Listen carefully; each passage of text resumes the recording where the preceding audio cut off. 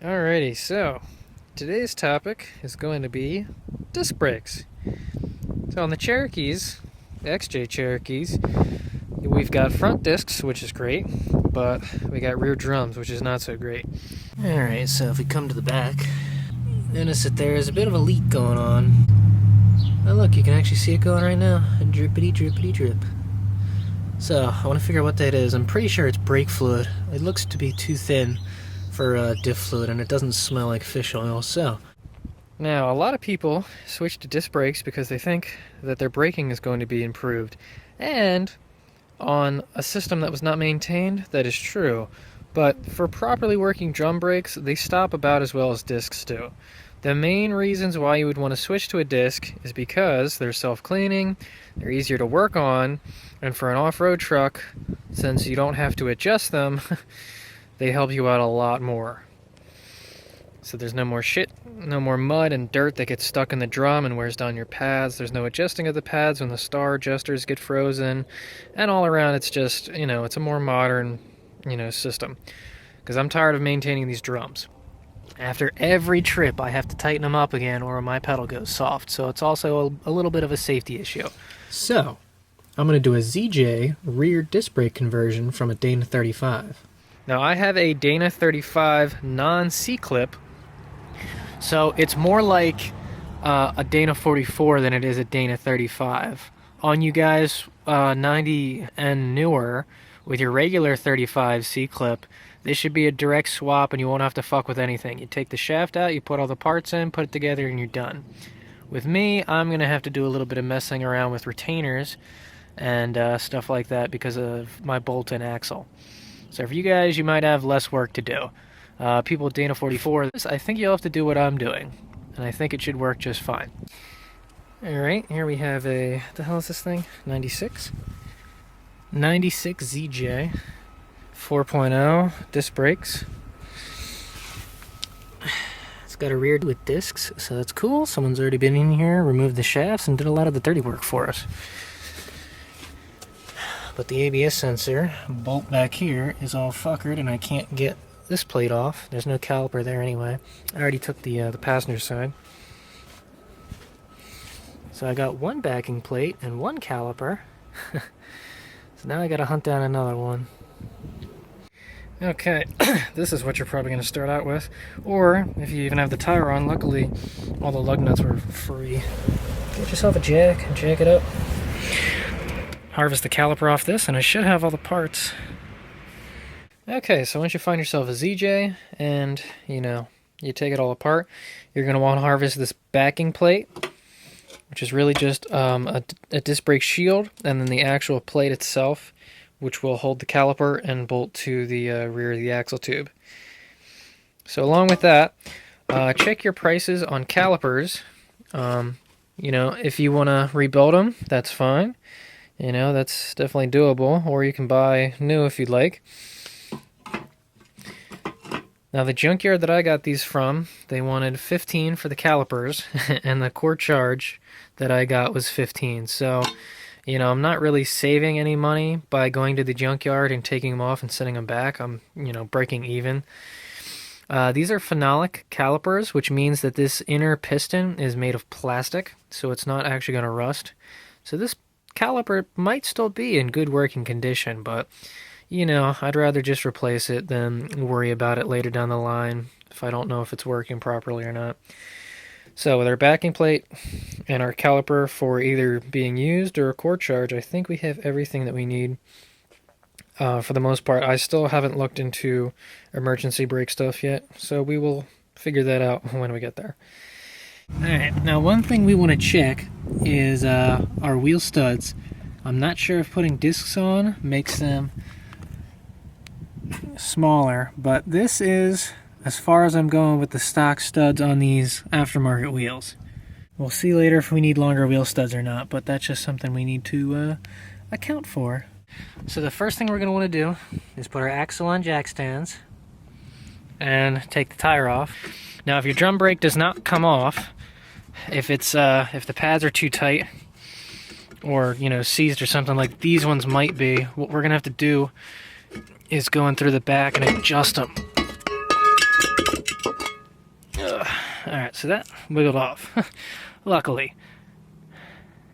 So this is the drum brake. Now the reason that I want to switch is because my wheel cylinder is leaking, and I replaced this a year or two ago, and it's already back to being leaky. So obviously this system doesn't last.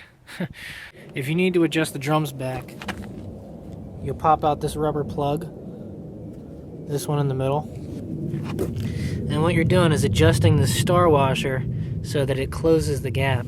And what that does is it brings the pads in so that you can actually take the drum off. So if you are a C-clip guy, you're going to have to take off your cover, take out your cross pin, remove your C-clip, and your axle should come sliding out, and you can work on the brakes.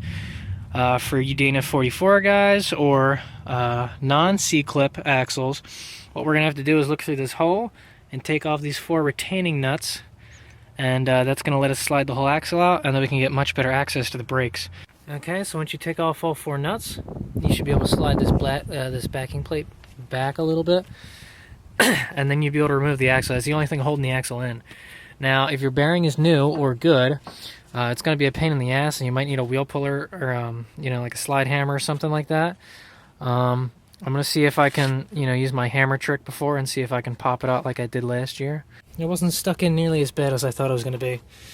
You take yourself a carpenter hammer like this, you butt it up against this little fucking nipple thing here, and you put it against the back of the axle, and with one quick motion you just go pop, just like that, and you'll pop her right out. So now we're going to support it, pull the whole axle out. Once our axle's pulled out, you can see what's left. So inside here we're going to have the race, and that will have to come out. That's on this edge right here. You can see where the bearings were sitting. And back behind that is a seal. I replaced that last time. I don't know if I'll need to replace it again. It looks like diff oil was still kind of getting into the grease over here. I don't think there's anything else holding this plate on, honestly. We got the emergency brake, which will have to come out, and we have this brake line, which will have to come out. And then I think a good whacking will take this entire assembly off, so we don't even have to mess with anything at all. Now, the emergency brake is going to be fun. That is connected to some stuff and some things. I don't know if there's a clip that holds that in or how that little doohickey comes out. And the brake line, you'll just have to have fun, pray, and hope it comes out. Well, so much for easy. I had to take everything apart to get to this guy, which is the e-brake thing. It's hidden behind here, behind one of those metal clips you have to beat out with a flathead. This little horseshoe tooth looking thing, you knock that out, you can pull this back and wiggle it out, and then you'll notice it's just kind of sitting in there at a right angle, so you have to pry it out. So now that that's good, close down all these little pins here if they're giving you problems, and push it through, which I might need a flathead in 2 hands, but once that's through, we just got to beat this backing plate off. With some smacking around and pulling back and forth, you should be able to eventually walk it off, and it'll be free. So here it be, the whole motherfucker. Cool. Alright, so I'm working on the other side, and it looks like sometimes just a hammer isn't going to be good enough, so you got to get creative. So I got myself a scissor car jack back here, sitting up against the shock mount and the back of this backing plate. Now you want to make sure that you're not on that axle flange. You want to be, on the plate, because if you're pressing against the axle, you're not doing anything useful. So, after smacking this thing around and using lube and none of that worked, we will try to bump it up. Come on, baby. Give it to me. Come on. Keep going. Oh, yeah. It's better.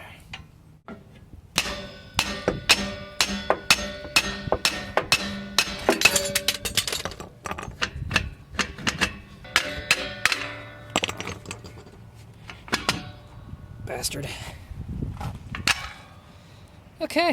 Okay, so now that we got them side by side, we can kind of see the differences between the drum brake and the disc brake. So, something that we will have to accommodate for is, if you notice, on the old one, it's a very square looking pattern. Everything is pretty much arranged very squarely. Over here, these top sides are, I don't know if they're closer, if the bottom ones are closer, but these are also in not a nice square. So what we're gonna have to do is drill this bracket out to match this bracket, because right now you can only get one bolt hole to line up if you're lucky. So you'll have to pick which one you want to keep and drill the other three.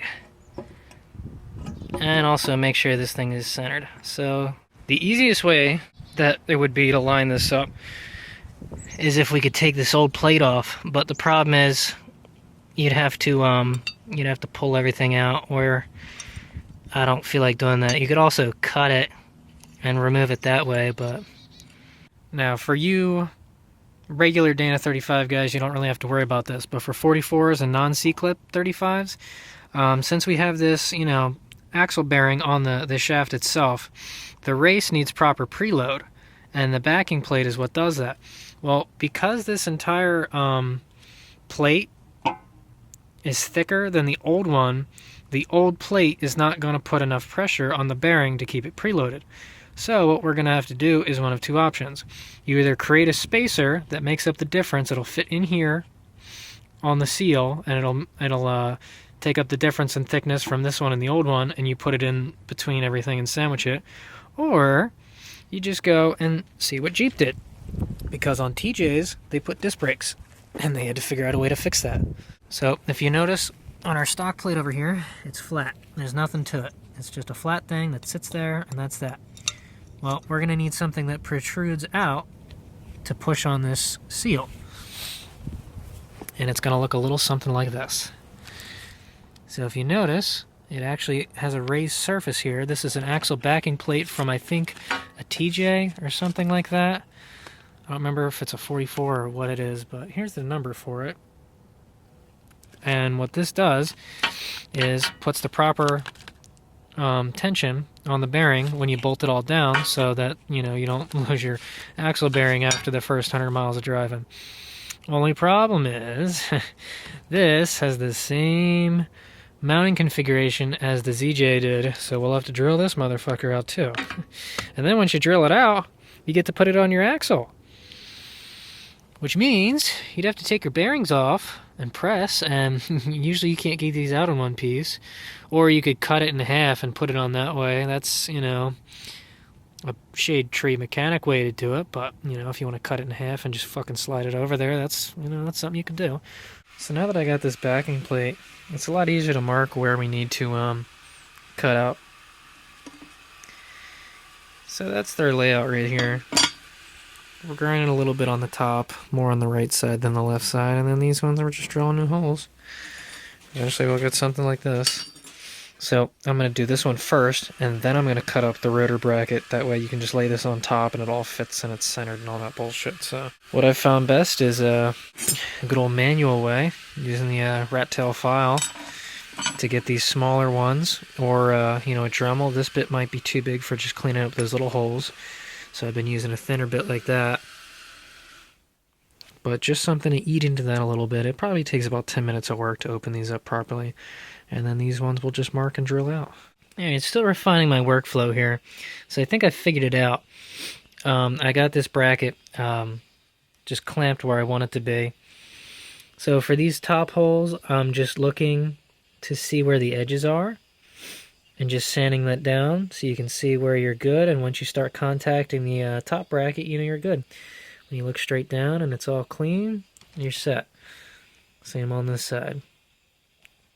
So once I filed down the top ones, now I can focus on the bottom. So I took the biggest size drill bit that'll fit in there, which is what, a 3/8 or something like that, and use that just to drill so you got a center so that that's perfectly centered. And then we'll work our way up from a smaller bit, and we'll just drill it out. Alright, there we go. So I started off with a small drill bit, this guy right here, just to get a little bit out of the way, and then I just stepped up to the full size. So now we've got our holes drilled, and it's all looking good. So now this should fit just about damn near perfectly the first time, no fucking around. So I'm going to take off these sharp edges here with a file, and we'll test fit. Okay, well, it fits. So I got the retainer plate drilled out, and now I have it laying on top. And since this big ring is like it goes down, it actually centers really nicely on this. So, since I know the retaining plate fits and the backing plate has been drilled out, I figure once the holes line up on here, it should line up on the axle. And then it should mount up and we can start working on the other side. Alright, after some more fitment, we can finally get the motherfucker on there. So now she sits flush, which is what we want. Lovely. Alright, this side's done, so now we can put our emergency brake on there, and then we can start, working on the rest of the shit. Yippee! Alright, so now we can take our stuff and put it on. Now make sure you remember which way goes which. So, since this flange needs to face towards the seal, when it goes in the axle, it goes this way, so we want to put it on like this. Bracket is on. Now then, we take our seal, we're going to grease that up. I got to remember which way this goes on. I think it goes on like this. We'll put that one on, then we'll put our bearing on, and then we'll put our safety ring on. So, we make sure that the open part of the seal is facing in, like so. You want to put some grease on there when you drop it down, so that way it slides over the shaft nicely. And you'll make sure that that bottoms out over the biggest ridge there. Next up, we got our bearing. You want to make sure that the race can come out, so it's going to sit in here like this. You can see the back of the bearing and all that. You can see that line, so we know that the race will come up this way. So that'll go inboard, and the bearings will go outboard. So we take this guy and slide it on, and it's going to stop at the this tougher stuff over here. And last but not least, you have your protective collar thing, and that just holds everything in place. So in the case of an axle shaft failure or something like this, this is what actually holds your entire everything together. It's a safety collar, so that is going to take a lot of force to force on there. So you'll want a nice beefy press. 20 tons should do nicely. Okay, so you saw the first method for how to put on a retaining plate and, spacer and all that crap. Well, what if you don't feel like dicking around with the bearing? What if you don't have a press? Or what if your bearing's still good and you don't want to fuck it up by trying to, take it off and all that shit? Well, you can kind of cheat, and the results will be basically the same. So here we have the other retaining plate. I don't feel like fucking with this bearing because it's still kind of good. So what I did is I cut a chunk out of it so you can take it off the axle. Now, the integrity of this isn't really compromised. It's 1/8 inch, so it's alright for the most part. And I'm not really worried about it. We'll just fucking slide it on like a C-clip, basically, and be done with it. No dicking around bearings and shit like that, so yeah, you can do that if you want to. Works pretty well the same. Yeah, you thought you were done with drum brakes, weren't you? Now we're adding another pair of them. So, these are the emergency brakes right here. So we got these pads. It looks like they're all the same, because I tried putting them on top of each other and they're all mirrored, so it doesn't matter. There's not like a front and a back, but there will be like a top and a bottom. Alright, you're also going to want yourself a hardware kit. So you come with your star adjuster assembly, 2 retaining pins and retaining brackets, 2 springs, and a rubber grommet that goes into the back of the thinger-dinger. So this is actually relatively simple. The pads are held on, each with a pin, and these brackets. You got a top spring and a bottom spring, and then this star washer assembly is interesting. The star gets threaded onto the screw. The screw doesn't thread into this this body at all. It's just open. And what you do is you adjust this through the back. That's what this grommet's for. So when it's assembled, it'll look like this. And then when you adjust it, screwing this will open or close it. So the one thing I want to go over real quick is the e-brake lever over here. Now it's a 2-piece design. These will come apart, and they should swing freely. I took it apart and brushed it and put some anti-seize on there. Also, make sure your emergency brake thing, you have the right side, because I put it together the first time and it was the wrong one. So I thought, it looks a little backwards, but I couldn't tell. So the nipple thing points down, and that'll sit on top. And the other thing will look like this. So if you look where the bracket is, this is where the cable comes in, right here. It should be facing away. So that way it'll hook into something and grab and pull that direction. This gets sprung back, like down like that, so that way the pad can fit in that gap. So it'll fit together like that. Same on this side. You push it down, squeeze them together. Alright, so that's part one. Now to tell which side of the pad is up, the notches go down because that's where the star adjuster fits. You can also tell by these big gaps compared to the one circle. So those pins, you're going to push through the back. There's only one hole, so it's kind of hard to fuck up. But you push the pin through, you take one of your brackets, and you put it in there. I'm not quite sure how I'm going to do this, though. You got to either twist the pin sideways or twist the clip sideways so that it grabs onto there. But I guess before we do that, we'll put the star adjuster in there. You want the star adjuster to go so that the star is behind the rubber thinger. So make sure that is where it needs to be. And then once all that's connected, I think we can put springs on. Okay, real quick, they give you some lithium grease. I'm assuming that it's for either putting on here or on the surfaces where the brakes ride. You notice there's some raised edges. So I'm just putting the lithium grease on there to help it so it doesn't seize up.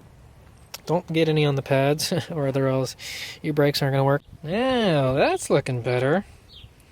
Big spring on the top, little spring on the bottom, everything's all hooked up.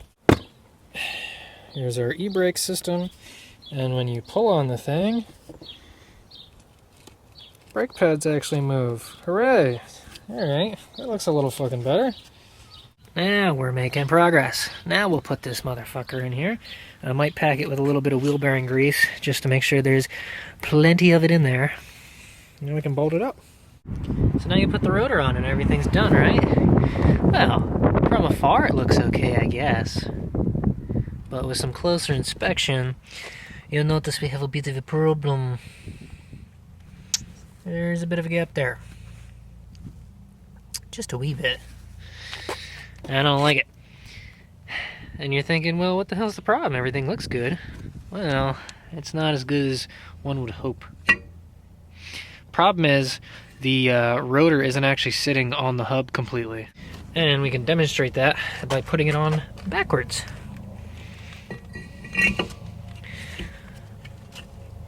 Just a bit of a gap. I mean, it's not that bad, right? It should be fine. Just tighten her down real tight. Strip her out and back it out a quarter turn, right? No sir, no sir. So that's our first fitment issue here, is that this rotor is not sitting flush. So, what do we do to remedy the situation? Well, simple. You Dremel out the inside of this. It's only off by like a few thousandths. So, if you look over here on this one, I already Dremeled it out. I just used a Dremel and went like this for a couple minutes. Now it fits fine. The metal's relatively easy to cut. So with this modified rotor, she fits on all the way. No more gap, no more problem. So now, if we turn the rotor around, now she's on all the way. Now the gap should look like that. You shouldn't be able to see anything. It should be very tight up against the hub and all that. So that looks like a proper installation. Okay, next up is the other fun stuff, the caliper. So I got a remanufactured caliper right here. This is the left side, so it's got a new seal. And this is a phenolic piston, so it's plastic, so it won't rust on us in the mud, which is good. We got our bleeder screw and our little cap. Our slide pins are greased, new rubber boots. Comes with 2 slide bolts, and actually comes with 2 copper washers for when we connect our line up. Now the line that I got also comes with copper washers, so that's cool. I got a new rubber line, so I figure, you know, they're 11 bucks a piece. You don't want a rubber line to blow out on you, so I'll just get new. And then we got some pads. So we assemble it all, and installation should be just about done. Okay, for the pads, it looks like there is a left and a right side. The only difference I notice is the squealy things here. Okay, so our little fucking Dr. Claw gets popped into here. So that gets popped in there, and that holds it in place positively. And then this side over here, it's got these clips that you got to clip over onto the caliper. And this, I'm definitely going to need 2 hands. But once you do that, the caliper will be assembled and ready to install. Okay, so once the calipers are loaded up, you can put them on, but there's something you want to check first. I found out that I got a pad that was made the wrong fucking way. and I don't feel like returning it. But if you take a look, you can see the lip here, the little square grabby thingy. They should both be on the same side, and these little these pin things should also be on the same side. If you come over here, we've got 2 flats and nothing. So if you come over here, you notice this one has a flat and a grabby thingy. The one in the back is correct with the square and the thingy. But if you come over here, there's a square where there should be a flat. So this pad is actually made for this side, but this clip was put on it. So I got a backwards built thing. So I'm hoping that I can just grind this down and make it flat like that side so it'll actually slide over and it won't give me any issues. I fixed the caliper over here, so now there's no more issue on that. And I painted it just so she doesn't rust out. So now our frickin' caliper should fit. So now we should be able to take our caliper, make sure our slide pins are pushed all the way back.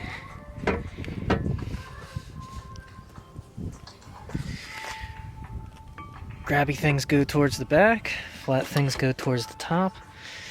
And if everything is where it should be, it should pop in there, but it's kind of springing out. There we go. Cool. So now we got a caliper on there. We can just install your bolts and pretty much good. I don't see any clearance issues, so this will be final rotor assembly. So make sure that you use some brake clean and get all those dirty fingerprints and grease pins and all the oil and shit off of it before you slap it on there. And then we can put our caliper on, and then we can tighten the caliper down. Oh boy, now we're fucking talking. Those are 12 millimeter. You're gonna snug them down. Don't make them retardedly tight, but you know, you want to make sure that they're on there. Now we can take our brake line finger dingers, and I really hope I don't have to do this first. Oh, pro tip, make sure that you slide this bolt in before you put the caliper down, because you can't slide it through here. So make sure that's in there before you bring it down. Okay, so we're going to install this. Now, I just realized that none of the stuff that I bought came with a Banjo bolt, so either buy a new one, or I'm going to harvest the ones off the old calipers, because thank God I still brought them, I think. But you're going to have a copper washer that goes between this side and that, and also one on the other side. So one on both sides of this hoses. You want the hose to come up, because if you bring it down, it's going to get hit by rocks and stuff. So it's going to come up and do a U-turn, and then we'll see what we got to fuck around with to get this brake line to fit up. So here's that Banjo bolt. You notice there's a drilled slot through the middle, and there's a hole out the side. That lets the brake fluid go through the bolt. So we're going to have 2 copper washers, one on either end of the hose. Now if you see a shoulder on the bolt, make sure to take that off, because that's just an old washer hanging on there. I thought I saw a copper color, and I'm like, something doesn't look quite right. I took some pliers and just popped it a sec, and then realized, oh, it was a washer. But it was so dirty you couldn't tell the difference. So, do you remember which side your calipers go on? I'll give you a quick hint. Take a look at this bleeder screw. If it's not on the top, you put it on backwards. Guess what I did? Yeah. I'll let you figure that one out. Okay, so caliper swap to the right side. Bleeder screws at the top so the air can come out. Now we got our hose set up. The little nub sticks out for some reason. I don't know why. I would feel like it should point in so that it would stop itself so it doesn't spin when you tighten it. But whatever, that's what it was on when it was stock. So now that Banjo bolt's got a copper washer on it either side, and it's tightened up nice and snug. Cool. This is looped, and I have the bracket kind of just sitting in here. I'm sure I could zip tie it or do something to make it more permanent, not wiggly wobbly. But I just took the brake line and I bent it at a 90-degree angle because it used to go this way, so I just bent it. And so now we're looking pretty good. It's not hanging down at all, so that should be fine. I don't have to do anything with that. So I'm happy with that. Cool. Now we're basically done. So that's what it looks like when it's all together and all done. God, that's so much effort. I really hope this is worth it. Because this has taken a lot of effort and frustration. This was not so simple. But I guess that's what I get for trying to do 2 mods at once, right? Looky there. Now we're talking. Alright. So, all that's left to do is put a new connector on there, and bend it and put it into this guy. Okay, so there we go.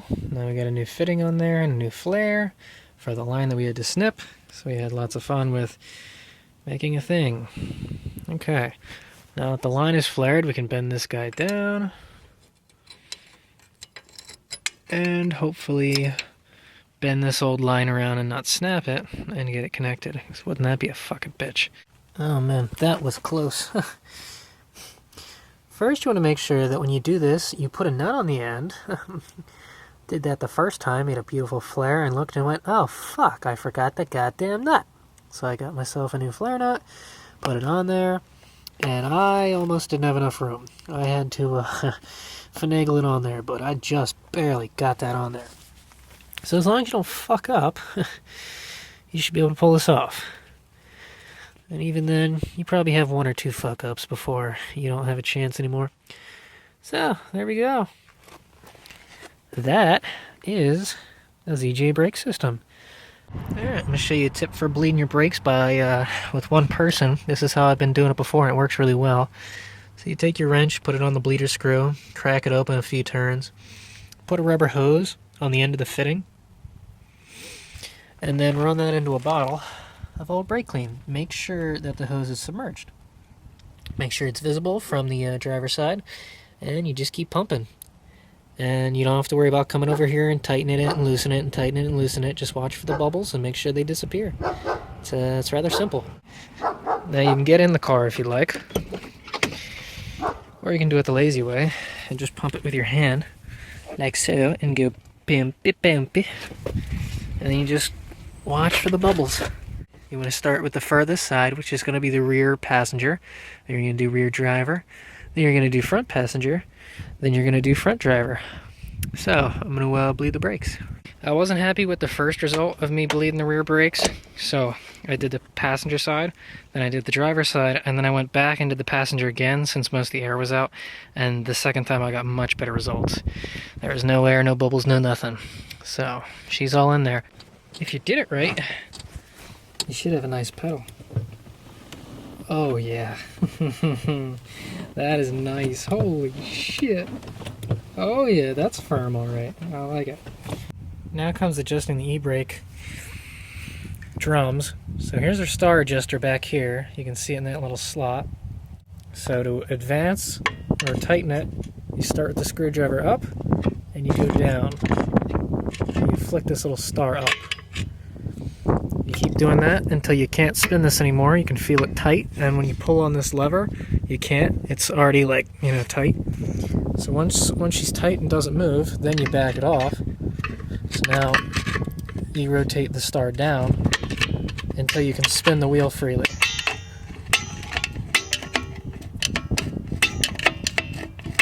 So keep doing that, and then give her a test. All right, we can spin. See how much tension we got. Perfect. We barely got to move it, and it gets tight. So there we go. This side's tight. Actually, it might be a little, I don't know. Give it a full rotation. Make sure it's not wearing. We might want a little bit of slack. But when she's all done, we'll take that rubber plug that came in the kit, unplug that so it doesn't get all dirty, and we're done. Alright, so we got our tire on. Now we can see our stud clearance. So, looks like we got plenty of stud now. So that's good. Even with our disc brakes, we still get a decent amount. Now obviously the front part's just a guide, so it doesn't count, but it's still plenty. So, no problemos there. Very good, very good. There's our sweet baby Jesus. Ain't that cool?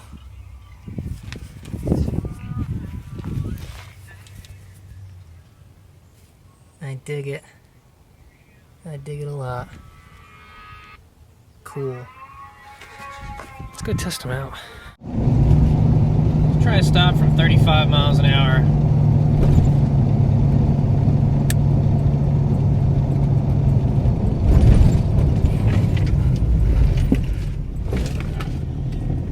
Damn. Not bad. Try to stop at 25.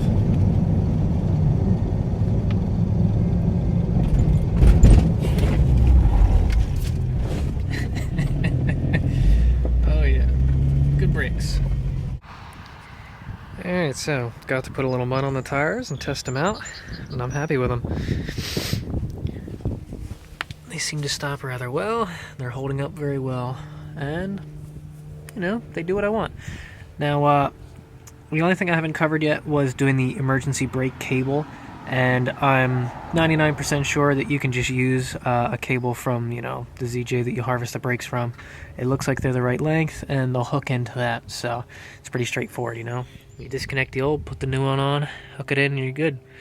But haven't had any bad wear issues, and it's stopped, and, you know, it's great. So it's been a long video, but hopefully you guys learned some stuff.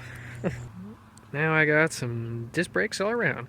Next video is probably going to be on chromoly axle shafts, and a lot of that video is going to also deal with adapting the brakes to work with them. So, you know, if you don't feel like you've seen everything, maybe check that video out. You might learn some more about what's going on and how to fix problems. But that's next week. So for now, enjoy some discs.